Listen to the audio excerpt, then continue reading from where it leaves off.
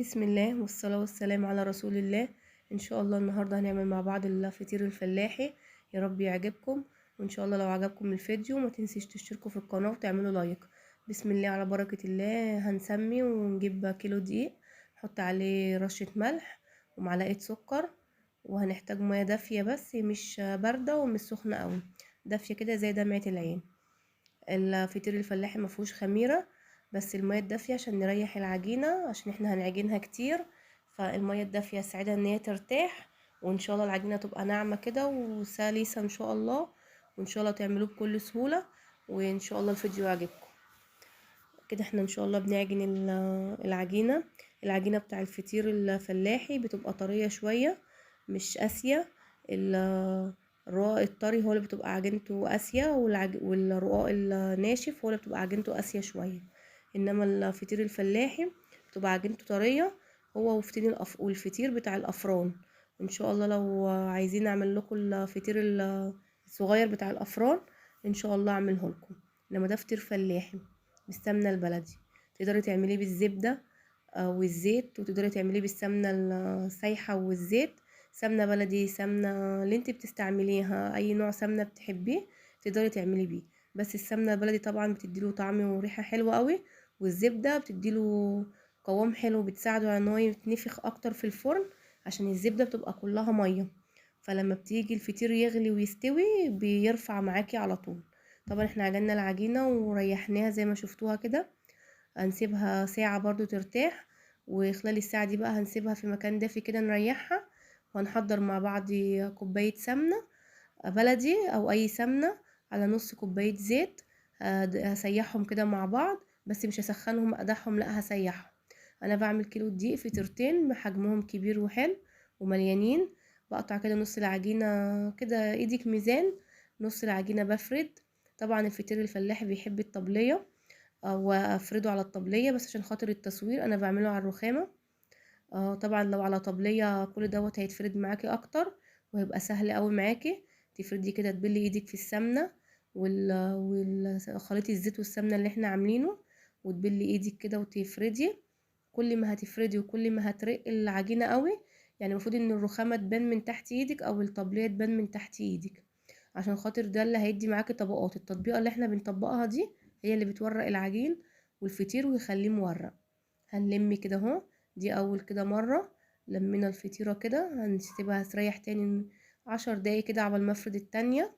لو عاملة واحدة بس نص كيلو هتعملي فطيرة واحدة على قدك، هتسيبيها برضو تريح كده 10 دقايق عبال ما تشغلي الفرن، عبال ما تحضري صينيتك على طول كده هتفردي. طبعا انا الكادر هنا صغير بس عشان خاطر ان مش قادرة اجيب كل العجين، عشان خاطر بس انا منتقبة، فلو جبت كل العجينة فكده انا مصغرة الكادر.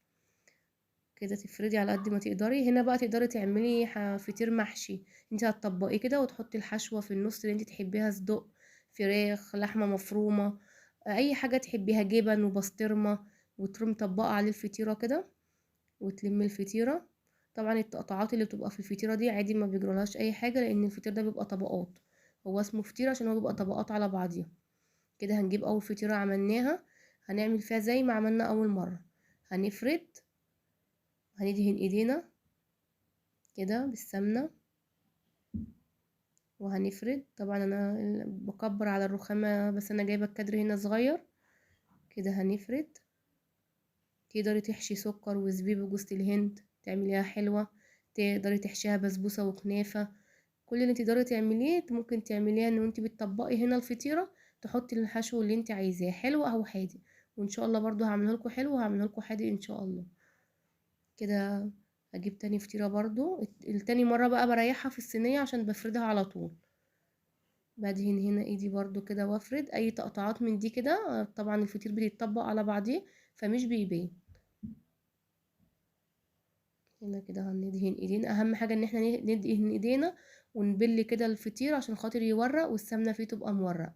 طبعا هو بيبقى دسم عشان خاطر هو فطير فلاحي فيبقى كله سمنة، وطبعا الوش بنحتاج له قشطة، بس انا بصراحة بكتفي بالسمنة البلدي عشان ميبقاش تقيل قوي. المفروض ان احنا الوش كده بندهن سمنة بالقشطة. هندهن كده الفطير. طبعا الفطير بيحتاج فرن عالي، وكوني مسخناه من وانت بتعملي كده في الفطير في اخر طبقة كده، ريحناه تاني اهو 10 دقايق. هشيل الكيس اللي انا بريح بيه وهفرد كده الصينيه بالمنظر ده. هي هتجري في ايدك لان العجينه مرتاحه والعجينه ما شاء الله عليها. كده تفردي الصينيه. بعملها نص كيلو دي بتبقى مليانه وما شاء الله حجمها كبير زي ما انتوا شايفين. بفرد ايدي كده بالسمنه، بدهنها سمنه وافرد.